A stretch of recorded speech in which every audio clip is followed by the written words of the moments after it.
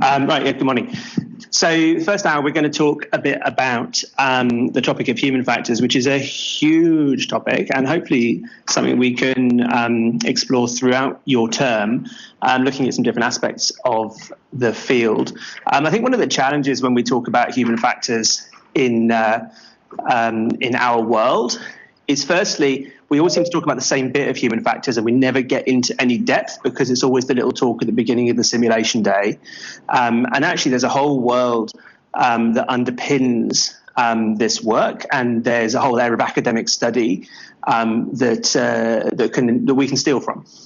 And the second difficult thing with talking about human factors is knowing what it means. So in a totally risk-free, no-blame sense, does anybody want to offer a suggestion of what they think the field of human factors is?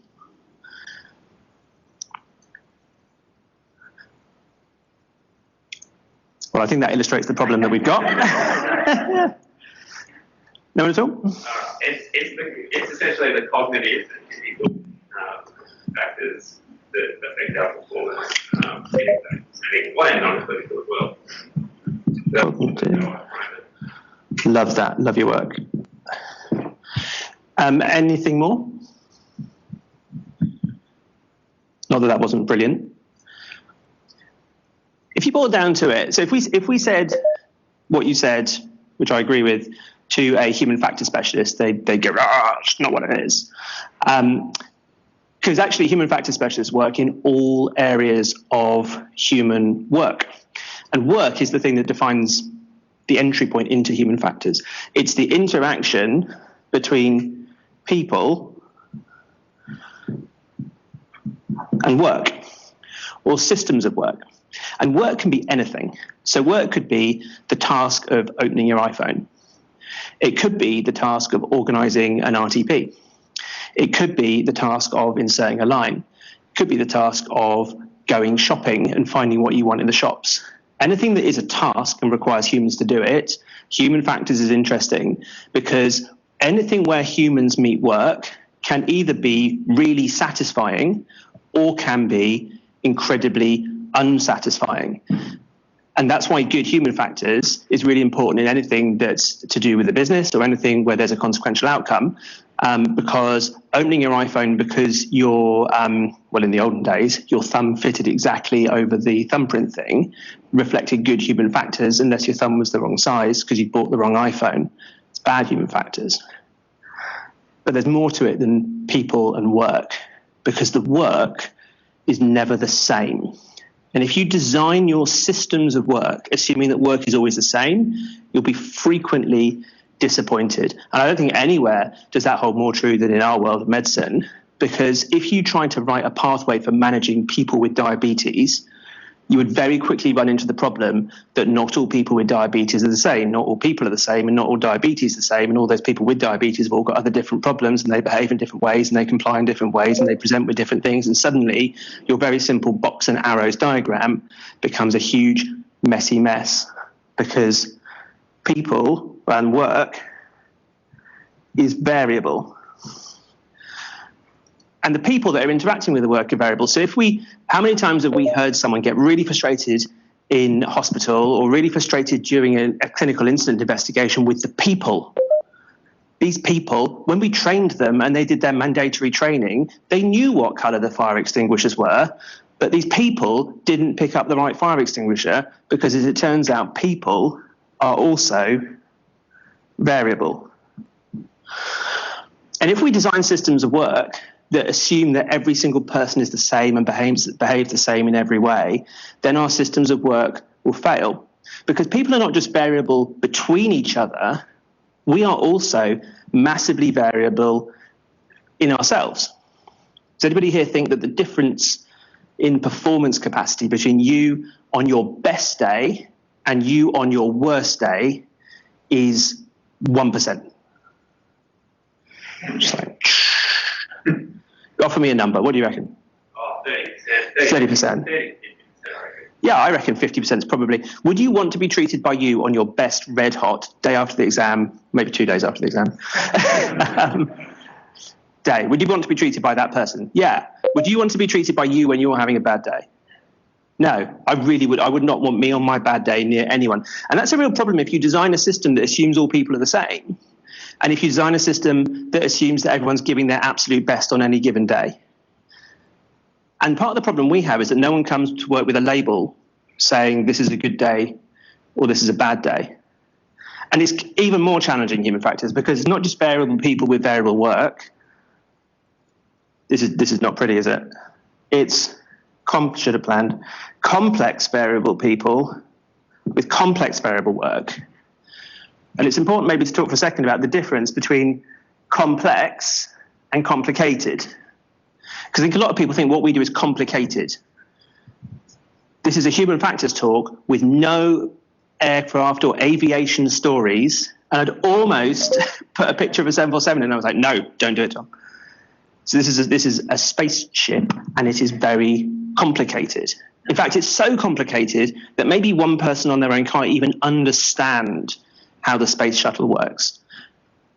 It is mind-bogglingly complicated. And I think sometimes people from outside healthcare look at our work and go, it looks very complicated. But complicated is explainable. Although one person probably can't know in their mind exactly how the space shuttle works, you can get out the blueprint and you can figure it out, which means when something goes wrong, you can work backwards and figure out, it was that valve, or it was that O-ring, or it was that step in the system. Now, that's a problem for us in healthcare when we think about how we do governance, because quite often what happens is either something really good happens and someone jumps in the canal and saves the life of a child and they get to go to the hospital awards dinner and they get a weird Perspex award and there's a weird purple lights and we put it on Twitter, or they do something really awful and someone dies and we do an investigation to find out what went wrong. And we do the investigation based on this concept that healthcare is complicated. Yes, it's very difficult to understand, but if we all get together in a meeting and map backwards, we can go, this was this valve in this person's head that went wrong. But that's not what work is. Work is not a space shuttle. Work is mayonnaise. And mayonnaise is complex. Because what's in mayonnaise? Eggs and olive oil. Eggs, olive oil, and some vinegar, right? That's important. And some other stuff. And salt and things. And once you've made the mayonnaise, the vinegar has changed the egg. You can't reverse engineer an egg out of mayonnaise. That each part has influenced the other part so that the other parts are changed. And that's what the systems of work that we work in are like. Not only are they variable, but they are complex. Something that happens somewhere in the process has utterly changed the game and changed the nature of the task and required an adaptability of our systems of work that doesn't work to someone who thinks that what we do is do boxes and arrows and processes. It's not to say that processes don't have a role in what we do, but human factors has to understand that it's not just that. So, who loves a giant diagram of circles with complicated words? Let's go back to what you said about these domains of cognitive. So some of human factors is about thinking and equipping the cognitive aspects of how we work. And that might fit with performance psychology, which is an important part of human factors, which we'll talk about in a different time. CRM, which is what we kind of get taught about a lot in our hospital practice, isn't it? That fits in this kind of cognitive psychology space on the right-hand side about individuals. Ergonomics is important. Ergonomics is about how we interact with the tools of our work, whether it's figuring out what height to put the trolley, or how we arrange the kit dump, or how the IO gun is designed so that you can intuitively pick it up and know how to hold it and know how to use it. And we've all worked in bits of hospitals with bad ergonomics, where the ergonomics, where the height of work, where the space we're working in, where the environment we're working in has an impact on how we experience the work. Human systems integration is a wanky way of talking about this complexity, how we as an individual fit into a giant system of work. And if you think about the patient that we are with and the moment of time we're with relative to that entire patient's journey and the complexity of that system, and somehow sometimes how something we do in that moment can change a pathway for that patient through a whole system, through where we take them or how we prime the handover or that initial work we do to change the physiology. And if you go around kind of the right-hand side is the individual and the left-hand side is more system. Macro ergonomics is how the organization works as a tool. So macro ergonomics might be how we communicate with each other as a team. How do we use the team diary? How do we use our handover tools? How do we use email? How do we communicate with each other? And inevitably, because so much of our interaction now is between humans and machines, human-computer interaction is an important field of human factors as well. How do we make sure that we pick a monitor that offers you the correct and most appropriate modes and the most simple way through what we do? All of this is human factors. And if you invite a human factor specialist, most of whom are employed not in aviation, as it turns out, but in oil and gas, where if it goes wrong, it gets very expensive, that is how they would approach our work. They would ask us, what are we up to? So there's loads of topics that we might choose to cover at different points in your term, but we're going to talk a little bit. We're going to wind right back and look a little bit back at that cognitive performance component and think today about what affects our cognitive capacity and our individual performance to be flexible and to exist within these complex variable systems. Although it's not possible usually to do a human factors talk without talking about aviation, it's also not possible for me to do a human factors talk without talking about the sport of rowing, which is where I spent some time out of medicine and picked up quite a lot of, stole a lot of ideas from some coaches that I worked with and some performance psychologists and things like that. And rowing obviously is a wildly popular sport where it's usually very hard to get a ticket and everyone follows teams passionately. And actually, if you're Australian, this Olympics, seriously good. And the performance of Australia at this Olympics has been 5 years coming, if you've watched how they progress. Anyway, love rowing. Yeah. But it's a pretty simple sport. So it's easy for us to understand, right? Because it's racetrack, it's 2,000 meters long, first person to the end gets the gold medal, everyone goes home happy. And there's only really three components. So I spent years and years of my life as a coach really only talking about three things. One is power. How much force can you apply to the task? And that holds true across all sport. Sprinting is a power sport. Tennis is a power sport. The amount of power you've got available on the day reflects the work you've done in the gym and on the road and on the bike and on the ergo and on the water. It's the miles. You can't build power instantly. You have to build that kind of physiology over 8 years, really. And when you get to the day of the Olympic final, you cannot have some more power. You can't eat a third Weetabix and push harder. You have got what you've got.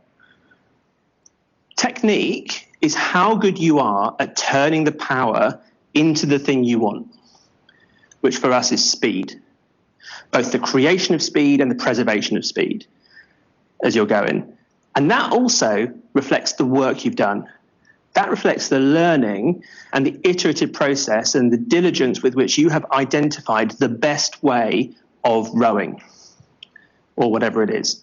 And the point here for us is that on the day of the Olympic final, you also cannot have some more technique. That's a really bad day to think of a new style of rowing, especially in a crew boat where your mates might be surprised, which is obviously not what happens in films. In sports films, someone goes, oh yeah, I'll stick out my jumper and run and solve it. So that's not how it works. The only thing that's really variable on the day is how good you are at getting your best power and your best technique in the race, on the racetrack. And that is hugely variable, and that is also the thing you can influence. And there are many athletes, including athletes I've worked with, who have beaten better athletes because they didn't have more power or better technique, but they were better at getting what they had on the racetrack in the moment that it counted. And what is definitely true in Olympic sports is, apart from the very broad fan base that rowing has, really people only notice what you did once every 4 years. And if you messed it up, then that has implications not just for the athlete, who has basically given up their 20s for this, but for all the support staff, for the funding of your sport. Careers come and go on what happens in a 5-minute race in Tokyo. And so these people are very invested in understanding performance. So how does this fit to us? Well, I think the equivalent of power for us is knowledge. That is hard won. It is deep, and it reflects the work that we've done. And like power, actually, it reflects the work we've done in the quiet times when no one's looking, when we have held ourselves to a standard and done the work. And a bit like power, on the day of performance, you can't really have any more. You can't whip a couple of textbooks into the helicopter and take them with you and use your phone, I suppose. But we've really got what we've got. And technique for us is all sorts of things, isn't it? But there's lots of ways in which we figure out over our training the best way of doing something, whether it's the best way of entering a scene, whether it's the best way of taking a history, whether it's the right questions to ask at the right time, whether it's the hand skills, whether it's getting the difficult line. There's lots of things that we have that are techniques. But a bit like for the athletes, on the day of performance, you can't really have some more technique. It's a really bad time to invent a new kind of thoracotomy when you're faced with a patient in a rest in front of you. You've got what you've got. So for us, really, performance is also the only thing we can really influence. And that is both important but also empowering. Because if you have worked for 8 years to get to the Olympics and you are racing and you're 25% into the race and the Germans are a length ahead of you, and you're really focused on the outcome, if your entire motivation is I want to get the gold, I want to win, and you're already doing that, it's very hard to try harder to win because we're already doing that. And the performance focus brings our desire to win not on the outcome, but on doing the things that we're doing right now to achieve the outcome that is going to give us the win. So we do Olympic standard catches or Olympic standard release, or we do gold medal standard leg drive, or we do, when the airway is all going to custard, gold medal standard positioning, or gold medal standard relaxation, or gold medal standard drills. Because do you remember when you first started, when you did your first tube, like a firm grip, and the very clear focus that what I needed to do was get a tube in the hole? And if you put your laryngoscope in right at the beginning when we were first learning, and we didn't really know what was going to happen after the laryngoscope went in, but we just really hoped that there was a hole, and you didn't get what you wanted to see, it's very easy if you're outcome focused to just try harder to see the hole. And a performance focus, because we all know where trying harder to see the hole goes, but performance focus brings us back and goes, right, I'm going to take my desire to successfully intubate this patient and bring it back to the first step, and do that to the standard that's associated with that. That's performance. Okay, so you can probably hear Gareth Davies' voice, hear people who know him. But one of the problems, I think, if you look at the trajectory of UK pre-hospital care, is that initially it wasn't very well governed, and there was people giving up their time and doing things in different ways. And there was definitely a period of time that might have lasted a couple of decades when doctors at pre-hospital care didn't always make things better, but sometimes we made things worse. And often in debrief afterwards, people would offer things like this. Well, it was very chaotic. Everyone's bandwidth was maxed out. If something's gone wrong, usually we try and get in there early now and go, yeah, everyone's bandwidth was maxed out. Or the ICPs will often tell us this. I turned up and everyone left. It was all a bit chaotic, and they all went, here you go, and stood back. Or the family were distracting, or the rain was distracting, or people were filming it for YouTube, or all sorts of things. And I think what has been necessary for us to do to progress as a field is to realize that there's a question that comes afterwards, which is, yes, but what did we do about that? Because we have to modify everything we can modify, but then we have to accept and still perform in that setting. So it will please you to know that I have a postgraduate certificate in clinical leadership from the Open University, which for Australians here is a real university. And sometimes if it's going wrong on scene, or there's a lack of leadership, I can get my certificate out and show people. And I think they find it quite comforting to know that there's a qualified leader present. And they stop talking usually and look, and I take that as a sign that it's worked. And the Open University Business School was a business school that kind of did a healthcare unit for us. So we all went and joined that. So I learned a lot about what does business think that human factors and teamwork is. And I think what I learned is this, that when a business has got a project, HR are there, they've got a big folder, and everyone's done their personality types, and they know if they're an IPSJ or a QRSB, and they know if they're a plant or a helicopter or a resource investigator, or all of this. And they go, right, what's the task?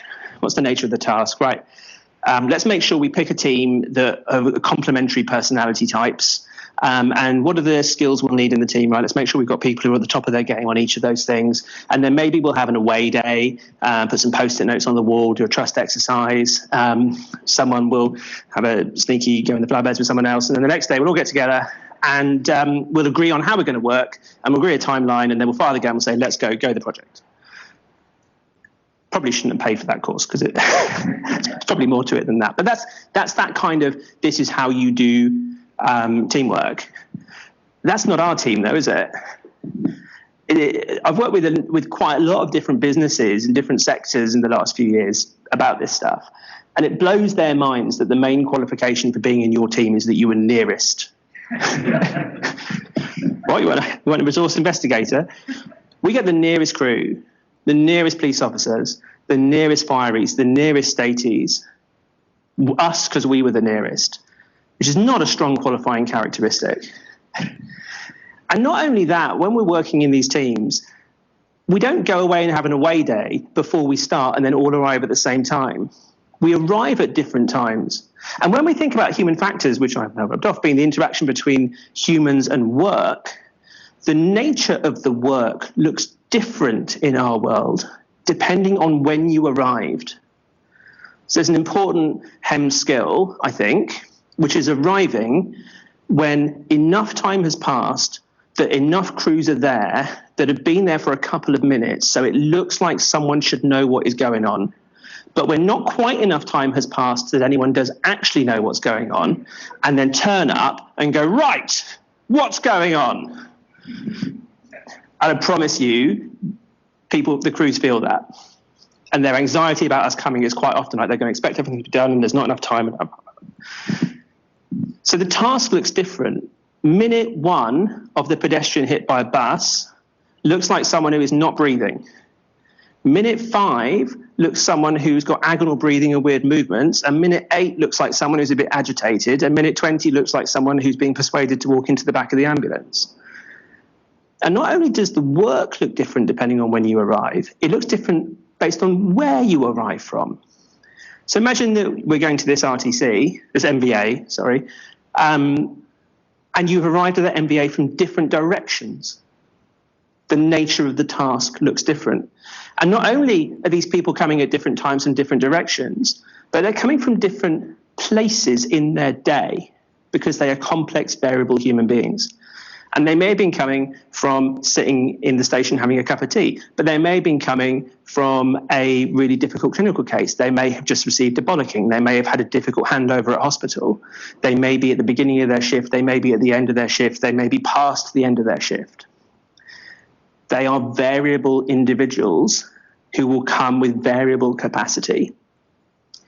And they come from a different place of craft, because their version of good looks different. And quite often, when we have difficult interactions on scene, it's not because we weren't aligned in terms of our values. We were not aligned in terms of what we thought good looked like. So if you're the police, you turn up to an MVA, good is 1, preserve life. 2, put the special protective tape around the scene. 3, redirect the traffic. And 4, preserve the evidence. Why? Because that is good, and it is good for the patient. You are serving the patient by serving them justice. That's the right thing to do. And 6, get the road open again.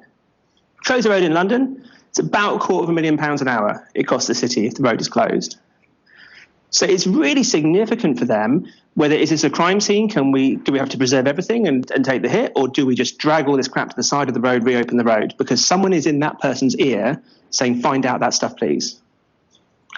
Fire, what is their version of good? Well, safety, isn't it? We need to chock up the car. We need to know what the badge on the back of the oil tanker means in terms of, do we mop it up or not?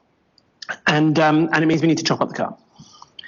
And well, we've all done chopping up the car in our in the induction course, so we know firstly how awesome chopping up the car is. But there are different ways of chopping up the car, and I really quite firmly believe as a pre-hospital doctor that my job is to not know how to chop the car up. My job is to ask interesting questions about chopping up the car. But we also know that chopping up the car can take different amounts of time. And we're not really in the place that we were 10 years ago. But 10 years ago, we used to have real conflict on scene between these different versions of good, because the fire brigade would want to stabilize the neck and chop the roof off the car and put the seat back and put the spinal board in and drag them out really slowly. Why? Because that was their version of good, because they'd been told if you move them, if you move their neck, you'll paralyze them and that's on you. You're not serving the patient by doing that. And if you have to tell the HEMS team that it will only take 10 minutes to chop the roof off the car, then you tell the HEMS team it only takes 10 minutes to chop the roof off the car so we can do the right thing. And we're there as the clinicians, we've got a different version of good, because we don't really care about the tape, and we don't really care about the cost to the city, and we don't really care about the crime scene, and we don't really care, although we respect that chopping up the car is fun. We want to get to the patient and get the patient out. And unmanaged, those differing versions of good are quite often what makes the work feel unsatisfying. So I'm going to tell you about a case. It's quite an old case now. It's back in 2013. So 2013, I was working for Kent, Surrey, Sussex Air Ambulance, which is a charity air ambulance that covers the 3 southern counties of England. So it's about 3.5 million people. And we just started night flying, but on Christmas Eve, 2013, we were not night flying because the apocalypse was occurring, like a British level apocalypse. So not a New South Wales level apocalypse, but some pretty horrific weather. The kind that you just don't want to be outside in. There'd been flooding, there'd been all sorts of bother, and it was Christmas Eve. And I was at work with a paramedic called Jez, and we were sitting in our Volvo at the services on the M25, parked up next to the Holiday Inn, looking down on the motorway, because that was the night standby point. It's not really near anything you want to be, but you can get pretty much anywhere by going around the orbital motorway for the south of London and then go to where you want in the southern counties. But it was really awful weather, so there shouldn't be any work because no one should be out. And before I'd come to work, we'd had a moderate family disagreement about my non-presence at Christmas. And this had occurred because the person who was supposed to be working Christmas Eve had not got their visa and had not arrived. And as one of the registrars, I'd been invited to work Christmas Eve. And this was the first Christmas Eve of our first child. And my wife, Julianne, who you will perhaps speak to from ACC, is German. And Germans love Christmas. And she is a HEMS doctor and emergency physician, and you'd think would understand, and yet she had not understood. And so I'm sitting there with Jez, and we're looking out of this motorway, and rain's going everywhere, and it's not a great place, and it's about midnight, and we're looking at these cars going on the motorway, just going, "You're an idiot. What are you doing? It is clearly dangerous, and you are going to crash, and we're going to have to get out of the car and get wet, and you're an idiot, and you're an idiot." And then this Doritos lorry went up the middle lane of the M25 with like spray going everywhere. I was like, Doritos are not even a Christmas food. What are you doing? Anyway, we got a job, and the job was now down near Brighton, which in British terms is quite a long way. And it was a pedestrian hit by a car, not trapped. And we set off around the motorways. We're going to go around the motorway and then down another motorway to get to this job. And we're going along, and it's a 4-wheel drive Volvo thing. And Jez is a really good driver, but we're aquaplaning a little bit at like 50 miles an hour. And I'm feeling a bit nervous.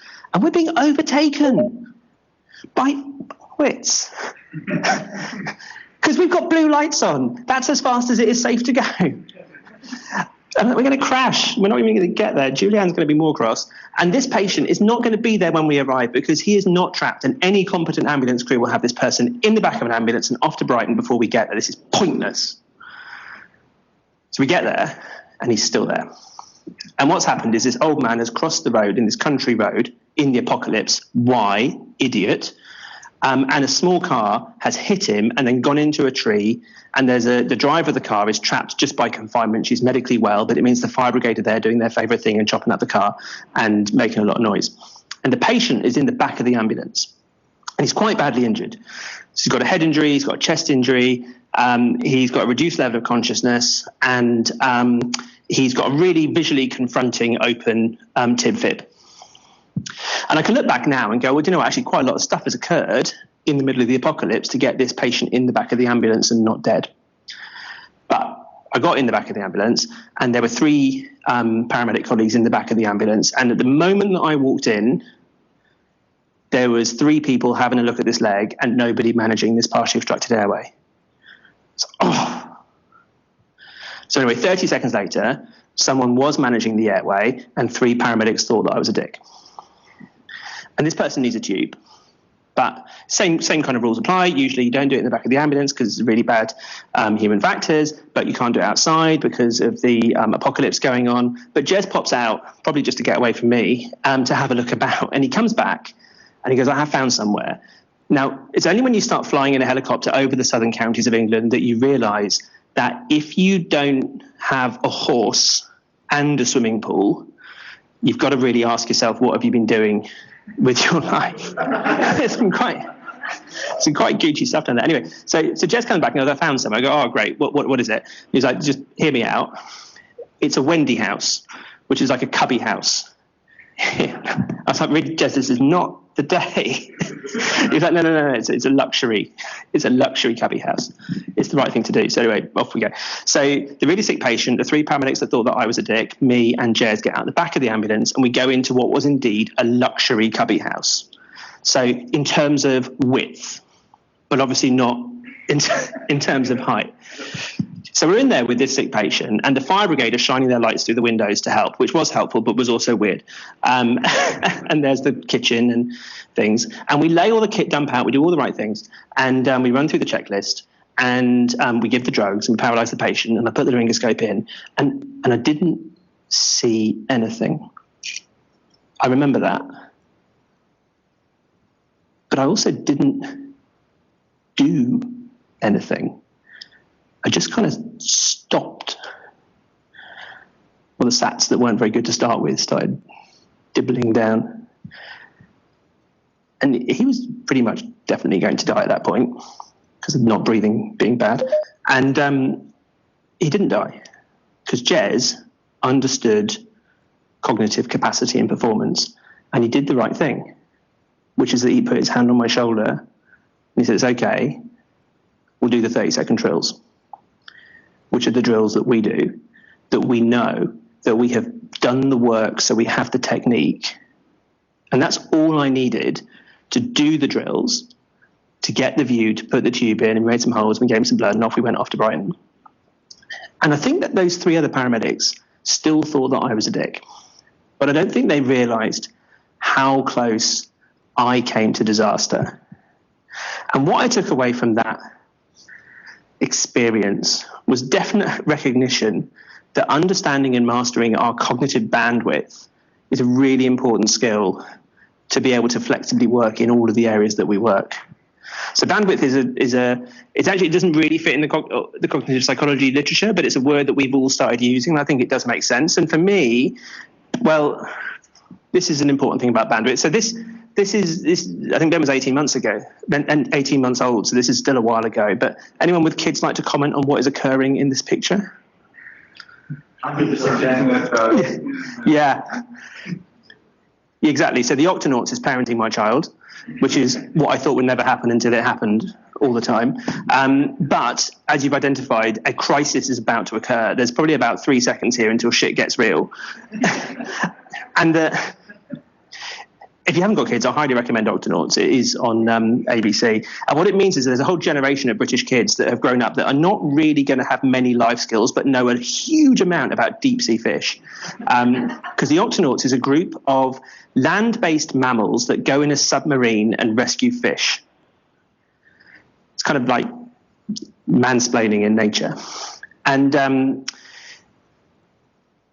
5 minutes ago, everything was fine, even though our internet was probably 95% full. Captain Barnacles, Peso Penguin, they're going to go to a party, they're wrapping up some fish biscuits, everything is okay. And the point about the bandwidth is that we went 1% over our bandwidth limit. We didn't slow down 1%. We didn't get 1% worse. It stopped. it failed. And I think this is what our bandwidth is.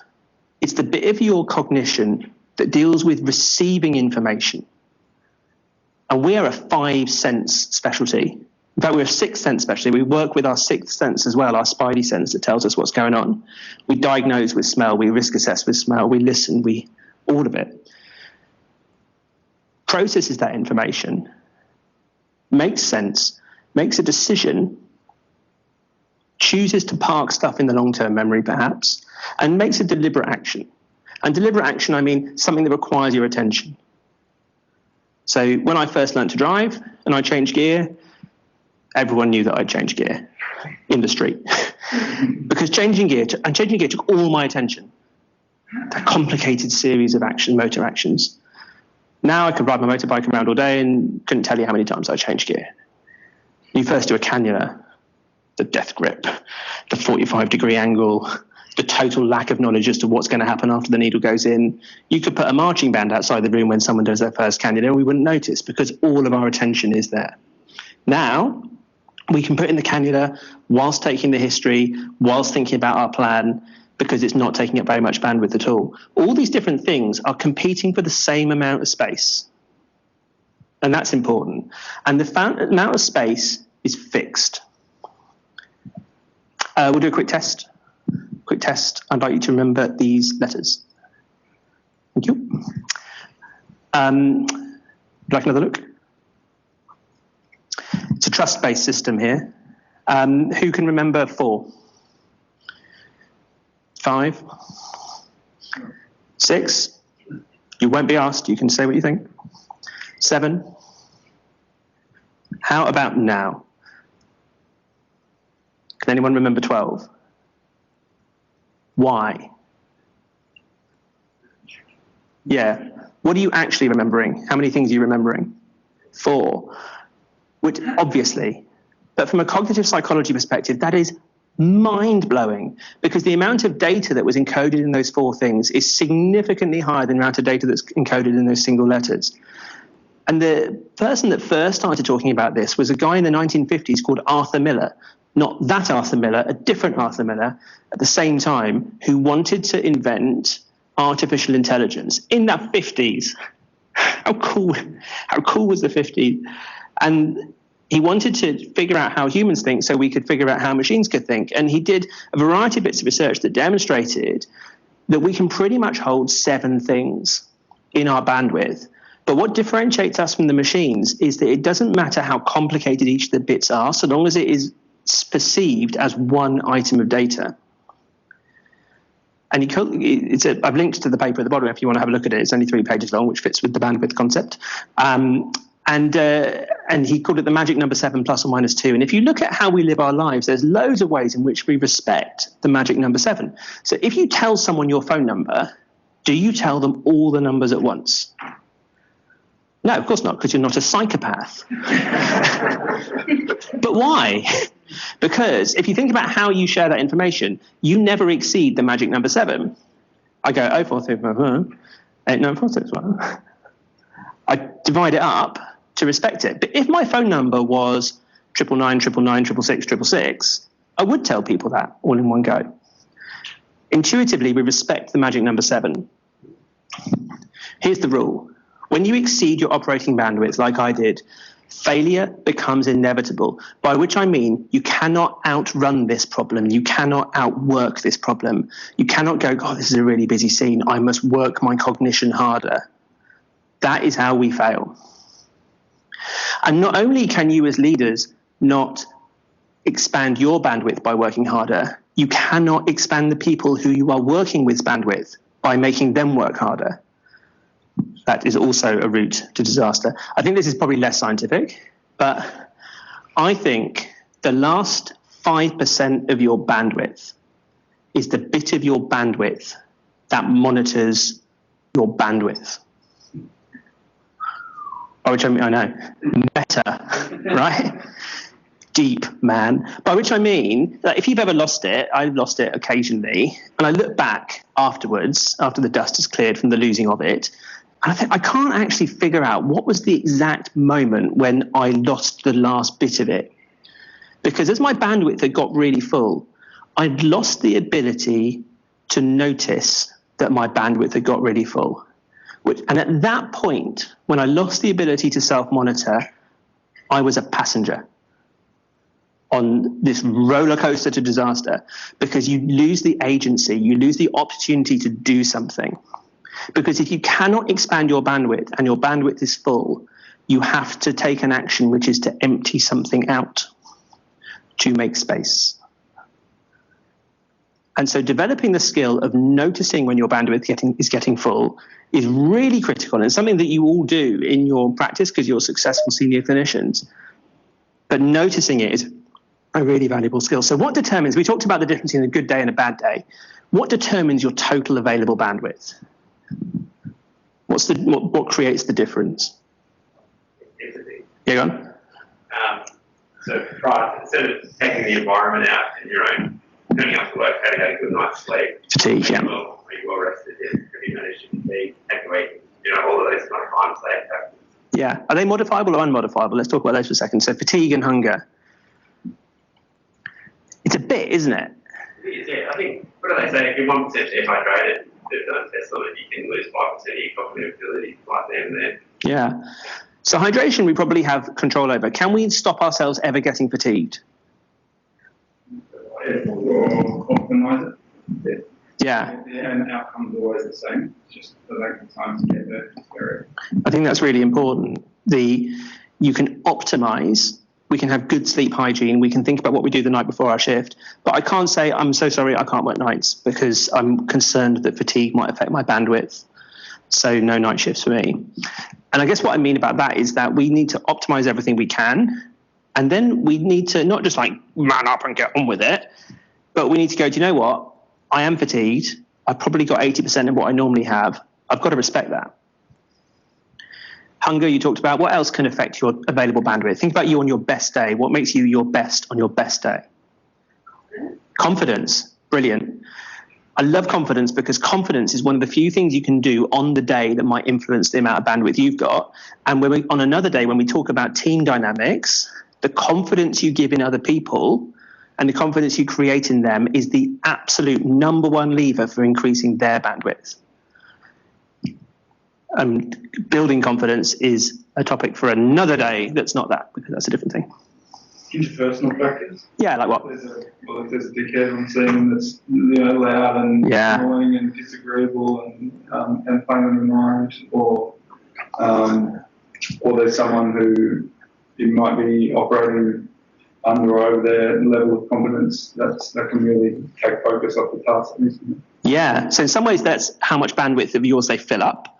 But your interaction with people can determine how much total bandwidth you've got. And there's lots of support for the idea that both receiving conflict and witnessing conflict and being the engenderer of conflict all reduce your bandwidth. What were you going to say, Alex? So I think a bit of self-preparation and I guess a discipline to focus, beginning your shift with beginning your task, can probably bring you from a 70 to an 80 or a 90. I think so in some ways it's tidying your bandwidth. Some of that is about creating confidence. I think the reason why pack checks are so important is because when I know you guys have checked a pack that I'm going to use, I have confidence. And when I have confidence, I have more bandwidth. When I go into my ED and I don't know who's checked stuff, and we get a surprise big case, part of my mind is thinking, okay, is everything there? So confidence, I think, comes from that as well. I think not only the pack check, but the confidence that you've perhaps gone through, you've visualised the task ahead, you've perhaps chunked it a little bit. So all of those random letters have now become sort of bite-sized tasks that you've got in your head around by priming your brain. Yeah, there's loads of opportunities, aren't there? So I think, given that I'm being honest, so the Medimat is something that when I was doing the induction course, I had lots of things going in my head, and I was like, okay, Medimat, yes, we don't use it very often. Right, fine, okay, do the twiddly test thing that I don't really understand. And that wasn't enough.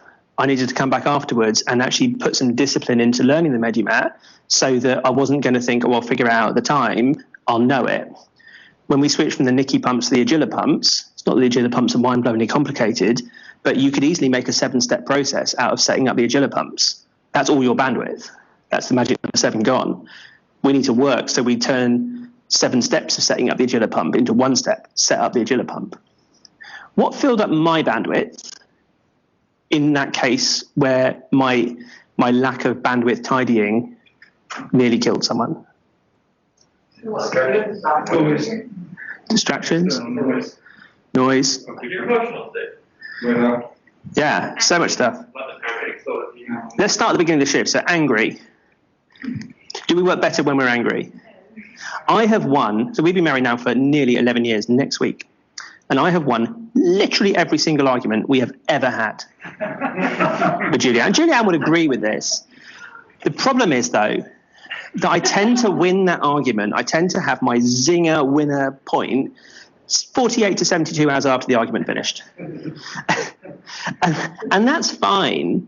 But if I was at work in that time and I was giving up 5% of my bandwidth to really figuring out what I was going to say, that's 5% that wasn't available for the patient. Was my anger and my state of frustration with the world, with the idiots in the cars, was it modifiable? Yeah. There's loads of skills we can learn. With the athletes, we used to work a lot on the skill of changing your mental state and clearing out your mental state using a trigger. So we touched the boat. That meant we were in our performance state. There's lots of things we can do to park stuff, because it's not just an argument. Sometimes really bad stuff is happening in our lives, isn't it? And we can't just ask people to ignore it. But through the culture we work in and the support we work in and the ability to lean on our colleagues, we sometimes do have the opportunity to say, right, I'm just going to put that down for a minute and I'm going to pick it up later. And sometimes we like it in ambulance, we like a good bitch. Don't we? We do like sitting there going, what an idiot. What? Or as doctors as well, don't we? We like going, that was brave. How many times have you heard that? And I think we've got to recognize that when we indulge ourselves in having a bit of a bitch, we are giving away certainly something of our mindset, and we're perhaps giving away something of our bandwidth. So what else? So we started the shift. Rain was going on. Is that modifiable or not? No, just got to wear the right clothes, yeah? What else filled up my bandwidth? Being hunched over in the cubby. Yeah, weird environment. Could I modify that? Yeah, but I think that was probably the most luxurious cubby house that was available at the time. But that was probably one where we have to work in weird places. We know that working in a weird place might be a bit distracting, and I sometimes think we just got to acknowledge it and go, do you know what? That's 3%. That's fine. I've got to make sure I just work without that 3%. What about my rudeness to the crew? Who do you think that affected the most? Yeah, 100%. 100%. If I'm in a meeting, I mean, obviously I'm British, I can't cope with awkwardness anyway, but if I've been in a meeting and I have upset someone, I may as well leave the meeting for 5 minutes, because I'm not listening to what's going on. I'm rehashing it. I'm going, I thought I was right. Oh, God, now look at their body language. Now I can't say the thing I wanted to say because now we're dealing with that. And it settles down. I did return to it. But was that modifiable or not modifiable? You say sorry. Yeah, and I should have said sorry. Not because I want to be friends with those paramedics, but because the patient needed me to say sorry, because the patient needed me to get that bandwidth back. And I think if I look back, that was the moment that I failed to manage a situation in myself. It would have taken 10 seconds to go, I'm really sorry. I walked in. You've clearly been working hard. I apologize. I'd like us to start again. Is that all right? I'm sorry. They might still think I'm a dick. Can't fix that. But I'd fix me. So we've got to start thinking of what's modifiable, what's not modifiable. We're going to end with Moore's, circles, and arrows because we've got 5 minutes. So Badley was a psychologist from Norwich who was also working on AI, but in the 80s. So we moved forward a little bit. And the concept's more important than what's written. But what he described was we've got a central executive in our cognition that directs our attention. But we are not multitaskers, we're rapid sequential taskers. So our attention gets moved to different sources of information. And there's 2 ways in which we receive a lot of our information. One is in the phonological loop, and one is the visuospatial scratchpad. And each of these things can only hold a few bits of information in. I have a point with all this. So if I tell you something, if I say the patient is on metoprolol and on warfarin and on simvastatin, and their blood pressure is 96/50 and their pulse rate is 300, you get that information and you intuitively start hearing it in a loop. Right, warfarin, simvastatin, bisoprolol, 90/60, 140, and that goes round in your head in that loop. Like if I told you my phone number, you hear it over and over again, or someone tells you the name at a party and you hear it once and then off it goes. And you make a decision. You go, okay, well, the simvastatin is not important. The warfarin is important. I'll hold that. The bisoprolol may be important. The blood pressure is definitely important. You pull it out. But you have to pay attention to that information. The articulatory voice is how words get off the page into your head. It's really difficult. It's like asking people to pay attention to their breathing. How are those words being experienced in your brain?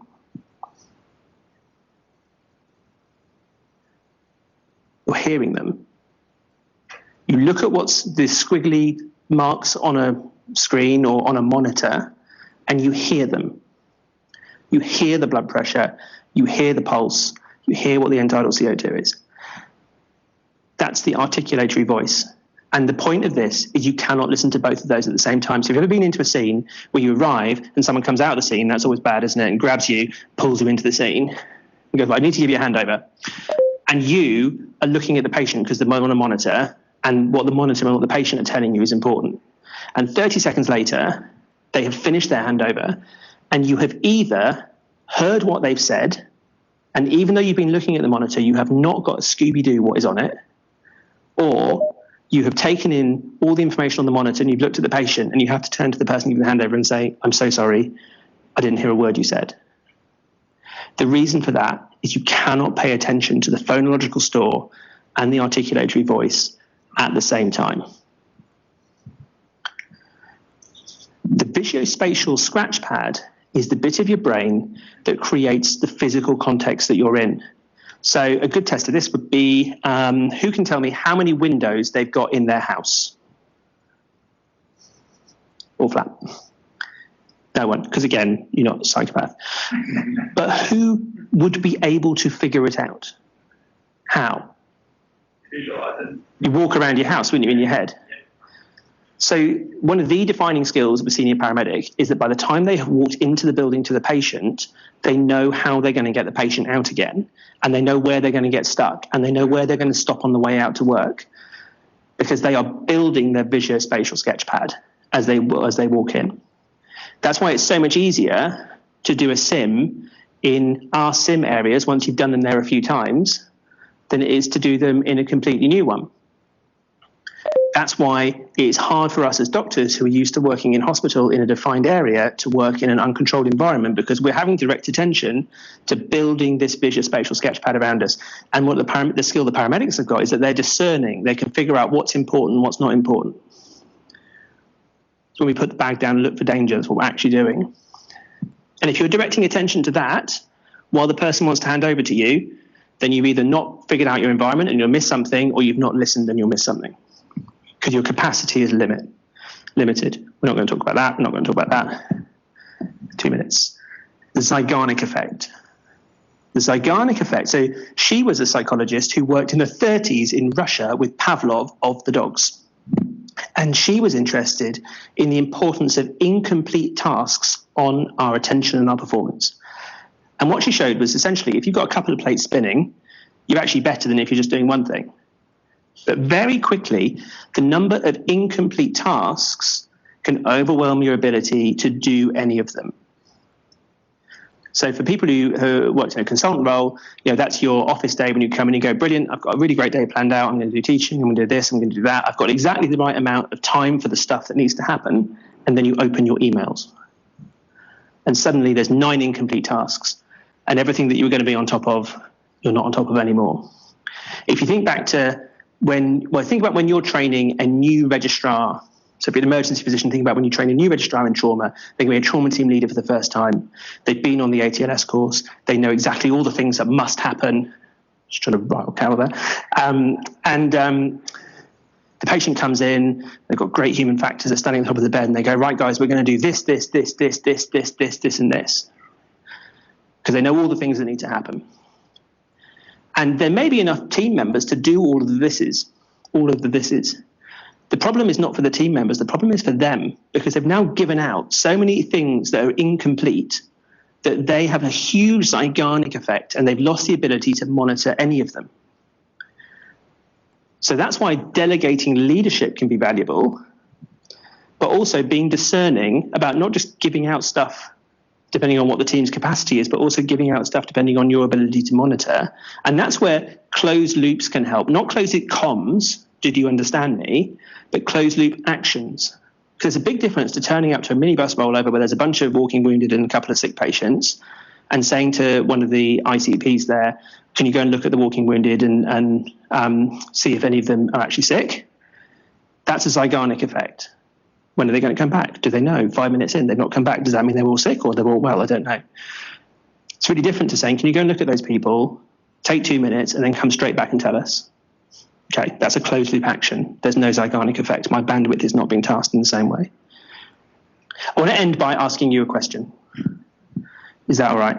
Alex, because you're in the middle, can I ask you this question? I worry that you might know the answer already. Probably. Anyway, it's quite this. You know, before it was like a no consequence trust-based system. This is a high consequence judgment-based system. Okay, so it's a really important question. You know, you're among the most senior people here, so we all expect you know the answer to this. Okay, good. Now, behind him, can you two just get together? Is it COVID safe for them to sit next to each other? No, it's not, is it? No, stay as you are. Stay as you are. You're on a flight, and you are both 2 years old. And it's an 8-hour flight, and remember those? And the iPad has run out of batteries, and you feel that the gentleman sitting in front of you is really your only source now for fun. And he's not given you enough attention yet, and so you'd like his attention in a minute, just while he answers the question. Okay. And then from the sides, if you have got a COVID-safe implement like a pencil or a pen or anything that you can poke with, just see if you can tickle behind the knees is often a sensitive spot. Okay. And we're going to create some noise as well because that takes up bandwidth. So is it your birthday, Alex? It was recently, wasn't it? When was it? Sunday. Many happy returns, but it's not today. So we're going to sing you happy birthday, which will create cognitive dissonance because it's not your birthday. And you'll have to process that while you're answering the question. It's quite a consequential question. We will judge you. Okay. I feel anxious already. Confidence builds bandwidth, Alex. A sensible man told me that. Okay. Tidy your bandwidth. Okay. So. We're going to go off just to be sure at the same time because Alex is on too. Yes. Absolutely right. Okay. So, toddlers, are you ready? Pen wielders, are you ready? Birthday singers, are you ready? Alex, are you ready? It's a very important question. Okay. 1, 2, 3. Happy birthday to you. Happy birthday. Come on, Alex. Come on. Come on, Alex. Happy birthday to you. Oh, he's got it. Okay, brilliant. So Alex has probably got the answer now. What's the answer, Alex? No. What's the question? How long does it take for the patch to double in size? Yeah, nice work. So much of the time in high bandwidth situations, the challenge is not knowing the answer, it's figuring out what the hell the question is. And when there's lots of noise, we've got to make things simple, which is really unfortunate because I asked you a question that is full of unnecessary information. So hold that thought, because that's one answer. Where did people's minds go with this question? We're back in a low consequence environment now. Say what you think.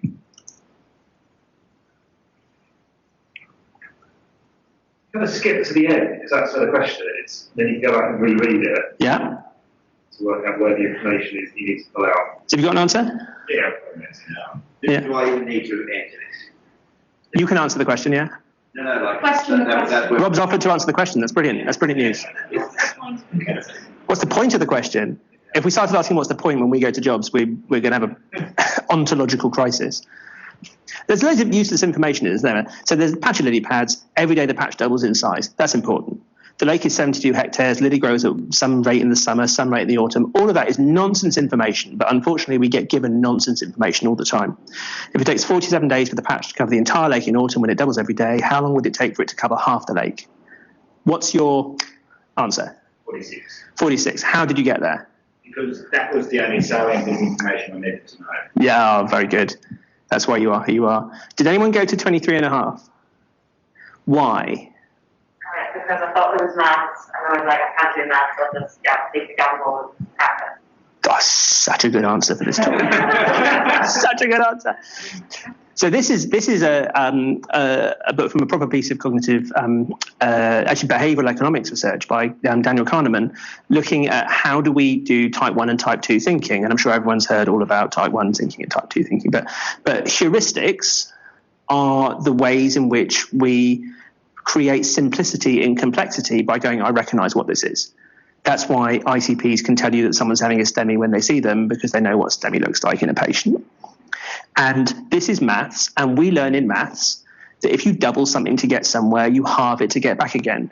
And this is a question about doubling, and I'm asking you what happened yesterday, and the heuristic takes us to, okay, well, I doubled something, it's 47. Half of 47 is difficult to work out, so that's probably why Tom's asked it. 23 and a half. To get to 46, you've got to ask the question in a different way. How did you phrase the question in your mind to make it go to 46? Once I was able to concentrate, and there was just a massive difference between the first and the second time. Once I could do that, I looked at the first sentence, knew that it doubled in a day. I figured out it just basically was going to take a day to halve, therefore, working backwards. And a day under when it was full is when it's half full. If I phrase the question this way, if it takes 47 days for the patch to cover the lake and it doubles every day, how much of the lake was it covering yesterday? Would anyone go to 23 and a half if it's phrased like that? No. And that's important because when our bandwidth is full, it's just important to realize that we rely on the heuristics because we need simplicity because there's a lot of noise. And the challenge for us is it's not wrong to go to 23 and a half. The challenge for us is to notice when the bandwidth has led us into type 1 thinking, when we need to ask ourselves, have I asked myself the question in the correct way to get the right answer for this patient? And sometimes that's what that step back from the scene is. Entering the scene, building the visual spatial sketchpad, listening to what people tell you, looking at the monitor and hearing what it says, feeling the patient, doing the primary survey, that is information gathering. And that point where we assimilate that information and say, this is what I think is important, that's a really important moment to go, how full is my bandwidth? What do I need to let go of so that I can make sure that my heuristic is taking me into the right direction? There is loads to talk about and we've gone over, so we'll pick up another time. Any questions? Good. Oh yeah. I was just going to say, has everyone noticed the impact or effect of when something little goes wrong in a job? And that can be like machine not working, or something missing, or something not being where it should, or someone not being able to get something to work. How incredibly impactful that is on that. You find it's over and over in sim, one thing missing and people completely lose their plot, unable to complete any task at all. They're completely overloaded with the thing not working. And so having a plan of how to manage failure modes is really important. Kind of why we focus so much on airway on what to do if you've got a break airway. Not sit there hoping. Do you reckon that people with OCD are particularly vulnerable to that? Yeah. And I think people who are very successful, which is all of you, it's very easy to become outcome focused because you don't fail very often. In fact, failing often is a really good way of protecting yourself from this, but you obviously got to fail in a safe way. And so there's definitely something about knowing what am I going to let go in this moment. And one of the things I used to ask the athletes to do a lot was to tell me where they were in their bandwidth. So when we would do a training session, we would debrief, and we talk about lots of different things. We can talk about coaching and debrief on another day. But one of the pieces of information I really wanted from them was, while you were doing that technical skill, how full was your bandwidth? Because if they say my bandwidth was 80% full, then that's important for me to know, because the Germans are going to sit alongside you making a ton of noise, and there's going to be a crowd, and there's going to be loads of stuff. And if you're needing 80% of your bandwidth to do the task now, then we're not ready yet. But more importantly, how can you tell me that you're 80% full? And what we found is that by having that as a daily part of our conversation, people got really good at monitoring it and at knowing. And maybe I could end with a question, because it's the next speaker here. Yeah. Oh, hey, sorry. Hi, Jeff. Jeff, how would I know that your bandwidth was full? We not really worked together before. What should I look out for in you, specifically you, that would tell me that you're now at 80% and we're moving into the danger zone? Yeah, I mean, for me, I feel it's communication and ability to focus outside detail. So. What would I see if we were working together? What would I see in you? Yeah, I think it's getting too focused and stop talking to bigger groups. So yeah, I think communication in me would be what you notice. I start to get head down looking at little things rather than not head up and looking out. So that's what I think you'd see that in there. Does that resonate with anyone else? Are there some people who are normally quiet who would maybe start talking a lot and people would notice that? There are some people who never swear, that if they swore, we'd be like, that's a sign. There's some people that swear all the time, Jeff Healy, who, if they stop swearing, we'd be like, oh, that's a sign. There's loads. I think for me, if I'm stressed out, I start to jumble words. Like, you notice that I just mixed a couple of words up or something like that. I think I might talk even faster than normal rather than slower. But the point is, if you can't, what would you do? No, I was going to say, are those things that you've noticed in yourself that people have told you afterwards that you then can pick up on and got a bit more bandwidth and so where you're going? So I think both. So we should be seeking feedback, but actually the main work you're doing is in yourself, because you will notice before other people do if you're looking. And actually what you really want to do is start noticing when you're going from 60 to 70, or when am I starting to get a bit full? What can I let go of now when I've still got the space to make good judgments? And the busier the scene, the simpler things need to be. The thing we bring to a difficult scene in terms of leadership is often simplicity. Because bandwidth is high and confidence is low, and what people don't need to have is someone come in and make things more complicated. They need simplicity, and if we turn that, because that's another day, we turn that back on ourselves, often what we need is simplicity. Let go of that, Tom. That's not important. Deal with that later. See, lots to talk about. Thanks very much.